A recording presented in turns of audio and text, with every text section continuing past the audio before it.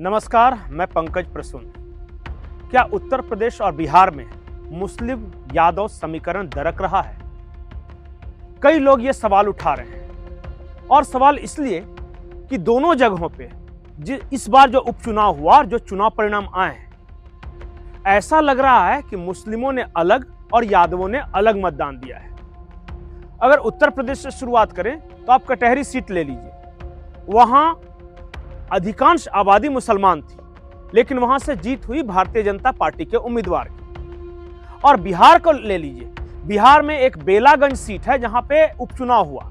वो आरजेडी सबसे कद्दावर नेताओं में से एक और लालू प्रसाद यादव के दाहिना हाथ माने जाने वाले सुरेंद्र प्रसाद यादव की सीट थी। और आरजेडी ने सुरेंद्र प्रसाद यादव के बेटे को इस बार वहां टिकट दिया था, क्योंकि सुरेंद्र प्रसाद यादव जहानाबाद से सांसदी का चुनाव जीतकर दिल्ली चले गए। अब बेलागंज सीट से, जहां पर मुस्लिमों और यादवों की आबादी इतनी ज्यादा है, इसके बावजूद अगर सुरेंद्र प्रसाद यादव जैसे दिग्गज के बेटे हारते हैं तो इस चुनाव का और इस चुनाव के परिणाम का इंपैक्ट बहुत बड़ा है। क्योंकि सिर्फ मुस्लिम और यादव अगर एकजुट होकर दे देते तो आरजेडी के उम्मीदवार की जीत हो जाती, लेकिन नहीं दिया।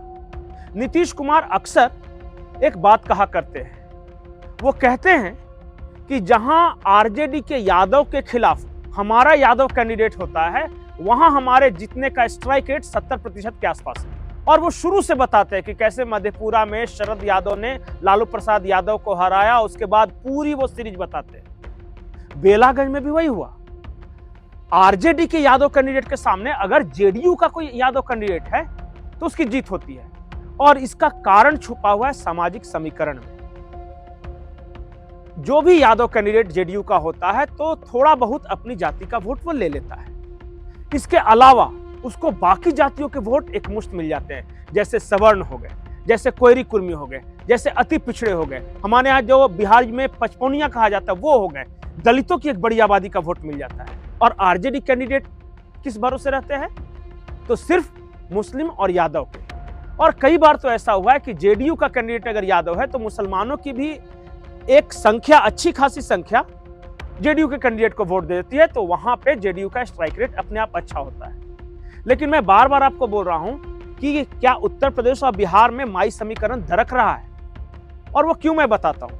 इस उपचुनाव में बिहार में भी और उत्तर प्रदेश में भी एक शिकायत मुसलमानों ने की। और शिकायत यह थी कि अगर मान लिया समाजवादी पार्टी का कोई यादव कैंडिडेट हो या आरजेडी का यादव कैंडिडेट हो तो मुसलमान तो एकजुट होकर वोट दे देते हैं। लेकिन वहीं अगर कोई मुसलमान कैंडिडेट हो तो फिर जो यादव होते हैं वो हिंदू के नाम पर वोट देना शुरू कर देते हैं। तो मुसलमानों का कहना था कि अगर यादव मुस्लिम कैंडिडेट को नहीं जिता रहे हैं तो हम बार बार सिर्फ यादव कैंडिडेट क्यों जिताएं? हम अपने कैंडिडेट को क्यों नहीं जिताएं? अगर किसी पार्टी से कोई मुसलमान खड़ा है तो हम उसके पीछे गोलबंद क्यों न हो? तो इस तरह की बातें धीरे धीरे उभरनी शुरू हुई है। हालांकि ये बिल्कुल प्रारंभिक चरण है, लेकिन जितने लंबे वक्त से ये मुस्लिम यादव समीकरण चल रहा है, 90 के दशक से, 1989 में पहली बार लालू प्रसाद यादव मुख्यमंत्री बने। हालांकि उस वक्त वो जनता दल के टिकट से थे। उसके बाद उन्होंने राष्ट्रीय जनता दल बनाई और यही मुस्लिम यादव समीकरण, और उस वक्त वो अगड़ा पिछड़ा कहा करते थे कि अगड़ा बनाम पिछड़ा। तो वो सत्ता में भी रहे, धीरे धीरे पिछड़े अलग होते चले गए, सिर्फ यादव और मुस्लिम बच गए। तो ये उनकी आज के स्ट्रेंथ है। अगर इसमें भी अगर यादव और मुस्लिम समीकरण भी दरकने लगा तो ये तेजस्वी यादव के लिए बहुत चिंता की बात है।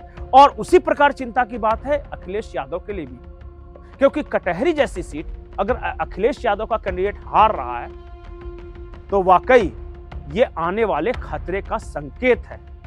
कोई भी समीकरण हो वो परमानेंट हमेशा नहीं रहता, उसकी एक आयु होती है।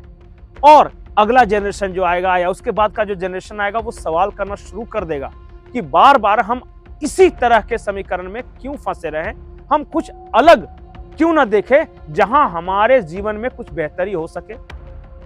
तो 90 के दशक 89 से बना हुआ, या मुलायम सिंह यादव 85 में पहली बार जीते, उस वक्त का बना हुआ समीकरण क्या 2025 तक उसी तरह चट्टानी मजबूती के साथ बना रहेगा? और क्या 2025 से धीरे धीरे मुस्लिम यादव समीकरण इरोड नहीं करना शुरू करेगा? राजनीति में आज तक तो दुनिया में कभी नहीं हुआ है कि एक बार जो समीकरण बन गया वो आजीवन अनंत काल तक चलता रहे। हर समीकरण की एक आयु होती है और लगता तो यही है बिहार और उत्तर प्रदेश में मुस्लिम और यादव समीकरण की आयु धीरे धीरे अवसान की ओर जा रही है। और इसका कारण, सबसे बड़ा कारण है इन दोनों राज्यों में उभरती हिंदुत्व की राजनीति। कई जातियां आप देखेंगे बिहार में वो बीजेपी के साथ, एनडीए के साथ आकर जुट गई।